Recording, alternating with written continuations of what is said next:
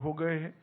Administrator appoint होते ही ED, income tax, अलग अलग सरकारी संस्थाओं ने अपने अटैचमेंट कर दिए और ये सब कानूनी लड़ाई में कहीं न कहीं जो निवेशक है, जिसने अपनी गाड़ी पसीने की कमाई इसमें लगाई है, इसके प्रति किसी का ध्यान नहीं जाता था। और ये कोई पहली ऐसी कहानी नहीं है। कहीं पर भी इस प्रकार के घोटाले का आरोप लगता है या घोटाले होते हैं तो तुरंत ही मल्टी एजेंसी सीजर हो जाता है। और मल्टी एजेंसी सीजर को मैं मानता हूं कि ब्रह्मा जी पर पृथ्वी पर आए तो इसको उठा नहीं सकते, क्योंकि कोई एजेंसी इसमें निवेशक का विचार नहीं करती, अपने अपने इंटरेस्ट का विचार करती है।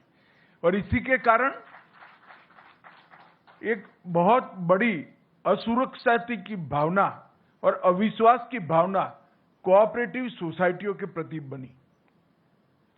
जब मोदी जी ने एक निर्णय लिया कि इस देश में 70 करोड़ लोग ऐसे हैं जिनके पास पूंजी नहीं है, 70 करोड़ लोगों का ऐसा समूह जिनके पास पूंजी नहीं है, परंतु वो देश के विकास को कंट्रीब्यूट करना चाहता है, देश के विकास में अपना योगदान करना चाहता है, तो कैसे करे? जिनके पास पूंजी नहीं है और कुछ उद्यम करना चाहते हैं, जिनके पास पूंजी नहीं है कोई उद्योग डालना चाहते हैं, जिनके पास पूंजी नहीं है और कुछ प्रवृत्ति करना चाहते हैं, इनके लिए कोऑपरेटिव आंदोलन के अलावे और कोई रास्ता नहीं है। क्योंकि सहकारिता आंदोलन ही एकमात्र आंदोलन है कि जिसमें छोटी छोटी पूंजी का कुल योग बनाकर ढेर सारे लोगों को मिलाकर एक बड़ी पूंजी की निर्मित कर एक बड़ी चीज को साकार किया जा सकता है। मैं आज हमारे यहां जो दूध उत्पादन के क्षेत्र में कोऑपरेटिव क्रांति हुई है, उसका मैं जरूर उदाहरण देना चाहता हूं। सिर्फ गुजरात में 36 लाख बहनें हर रोज दूध का उत्पादन करती हैं और दूध का उत्पादन कर प्रोसेस कर इसको देश भर में और दुनिया भर में पहुंचाया जाता है। और ये 36 लाख बहनों में से एक भी बहन ने 100 रुपये से ज्यादा निवेश नहीं किया है, सिर्फ 100 रुपया, मगर 36 लाख बहनों ने 100 रुपया निवेश किया है। उसमें से अमूल बना और आज वो बहनों की सालाना इनकम 60,000 करोड़ रुपया है। कोई कल्पना नहीं कर सकता कि 100 रुपये के निवेश से और 100 रुपये वाली 36 लाख महिलाओं, जिसमें से ज्यादातर एसएससी पास भी नहीं है, वो इकट्ठा होती हैं, कोऑपरेटिव सोसाइटीज बनाती हैं, फिर जिला कोऑपरेटिव यूनियन बनते हैं, फिर फेडरेशन बनता है और अंत इसका ये आता है कि देश भर में दूध की कमी को वो महिलाएं समाप्त करती हैं और इसके साथ साथ 60,000 रुपये का इनकम सालाना वो करते हैं। अब इससे बड़ा कोई उदाहरण नहीं होता। और इसके आधार पर देश भर में कई सारे कोऑपरेटिव डेयरी के मॉडल बने हैं। अलग अलग राज्यों में, कर्नाटक में बना, मध्य प्रदेश में बना, मुंबई, महाराष्ट्र में बना, पटना में बना, बिहार में बना और सफल मॉडल हुए। और इस सब का योग मिला लें तो 2.5 करोड़ बहनें आज पशुपालन कर देश की दूध की कमी को समाप्त भी कर रही हैं और जीडीपी में कंट्रीब्यूट भी कर रही हैं। ये तो उदाहरण हुआ एक सफल कोऑपरेटिव का, मगर कई बार घपले घोटाले के आरोप भी होते हैं और जो छोटे छोटे लोग इसमें निवेश करते हैं उनकी पूंजी जाया जाती है। सालों सालों तक, सहारा का ही उदाहरण ले दी, कितने सालों तक सुप्रीम कोर्ट में केस चला, सभी एजेंसियों ने इनकी प्रॉपर्टी सीज कर दी, अकाउंट सीज कर दे, एक सीजर हो तो उसका रास्ता निकाले, 7-8 एजेंसियों ने सीजर कर दिए। अब ऐसा जब होता है तो कोऑपरेटिव आंदोलन की विश्वसनीयता, क्रेडिट सोसाइटियों की विश्वसनीयता समाप्त होती है। इसलिए मोदी जी ने जो मंत्रालय बनाया, उसके बाद हमने इनिशिएटिव लिया, सभी स्टेक होल्डरों को बिठाया इसमें आप लोगों को नहीं बिठाया था, क्योंकि आपका रिप्रेजेंटेटिव मैं हूं। जो निवेश करता है उनको नहीं बुलाया था। हमने सेबी वालों को भी बुलाया, ईडी वालों को भी बुलाया, इनकम टैक्स वालों को भी बुलाया, सीरियस फ्रॉड ऑर्गेनाइजेशन वालों को भी बुलाया, सीबीआई वालों को भी बुलाया और अधिवक्ताओं को भी बुलाया, लॉ ऑफिसर्स को भी बुलाया। सबके साथ मिलकर हमने कहा कि हम क्या एक ऐसी व्यवस्था कर सकते हैं जिससे सभी लोग अपने दावों के ऊपर उठकर जो छोटा निवेशक है इसकी चिंता कर सकते हैं।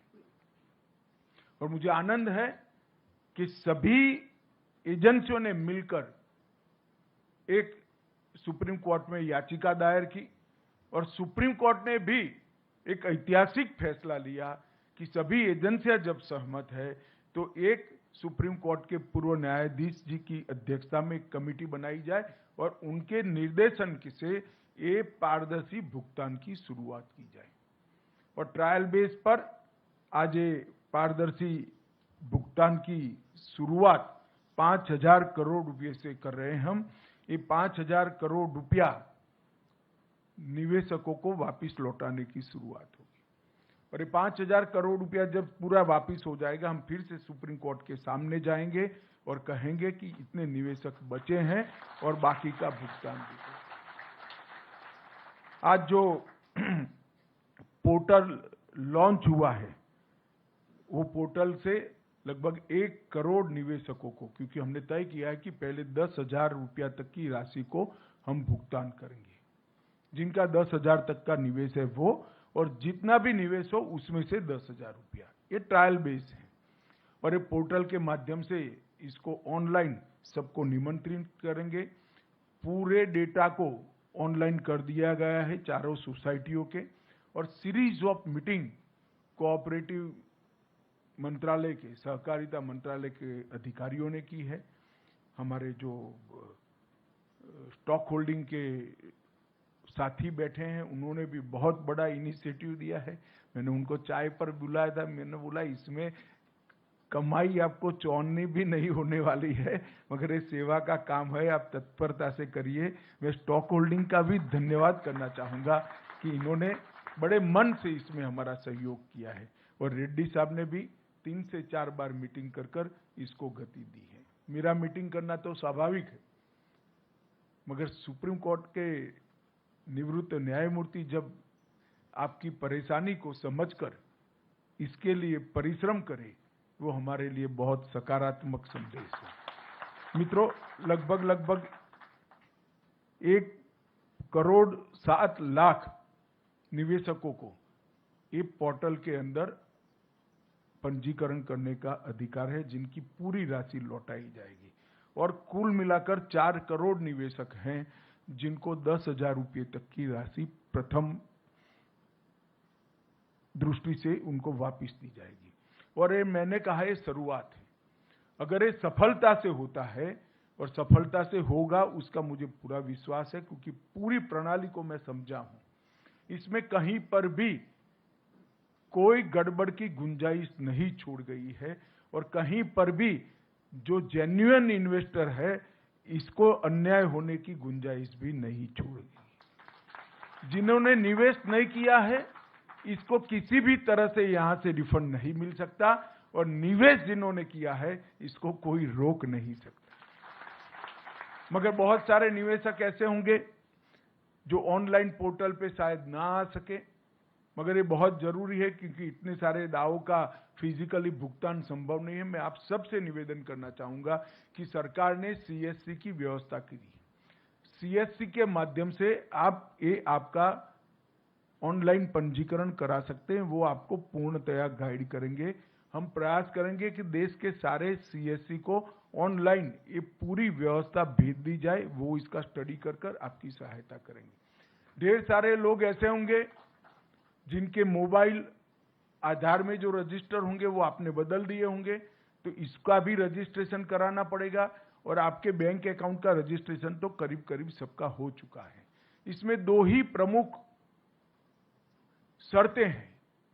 एक, आधार का रजिस्ट्रेशन आपके मोबाइल के साथ होना, और आधार का रजिस्ट्रेशन आपके बैंक अकाउंट के साथ होना। ये 2 जुड़ाव है तो सिर्फ आपको रिसीट का वर्णन ऑनलाइन भेज देना है और एक फॉर्म डाउनलोड कर सिग्नेचर कर फिर से वापस ऑनलाइन भेज देना है। आपके पास, मैं आपको विश्वास दिलाता हूं कि 45 दिन के अंदर पैसा आपके बैंक अकाउंट में जमा हो जाएगा। इसमें आप जरा भी चिंता मत करें। मित्रों, एक बहुत बड़ी शुरुआत है। देश में ढेर सारी क्रेडिट सोसाइटियों में घपले घोटाले हुए। पहली बार मोदी जी के नेतृत्व में इतने बड़े घोटालों में पारदर्शिता के साथ आज निवेशकों को पैसा देना शुरू हो रहा है। ये बहुत बड़ी उपलब्धि है जिसका मुझे कम से कम बहुत संतोष है और आनंद है कि आज करोड़ों लोगों को अपनी गाढ़ी कमाई के पैसे, गाढ़े पसीने की कमाई के पैसे वापस मिलने की शुरुआत होगी। और मैं आशा करता हूं कि 10,000 से 15,000, 15,000 से 20,000 लगभग छोटे निवेशकों को गिन ले तो 30,000 तक के निवेशक ले लेते हैं हम, तो लगभग 2.5 करोड़ लोगों को अपना पैसा वापस मिलेगा। ये बहुत बड़ी उपलब्धि है। आज मैं फिर से एक बार न्यायमूर्ति सुभाष रेड्डी जी, स्टॉक होल्डिंग के सारे हमारे अधिकारी हैं जिसने इसमें बहुत मेहनत की है, ये सभी का सहकारिता मंत्रालय की ओर से और आप सभी की ओर से हृदय से धन्यवाद करता हूं। और सहारा ग्रुप कोऑपरेटिव सोसाइटी के करोड़ों निवेशकों को भी आज मैं बहुत बहुत बधाई देना चाहता हूं कि एक रास्ता प्रशस्त हो गया है जिससे आपका पैसा वापस आएगा और आपके उपयोग में आएगा। आप सभी को बहुत बहुत बधाई और धन्यवाद।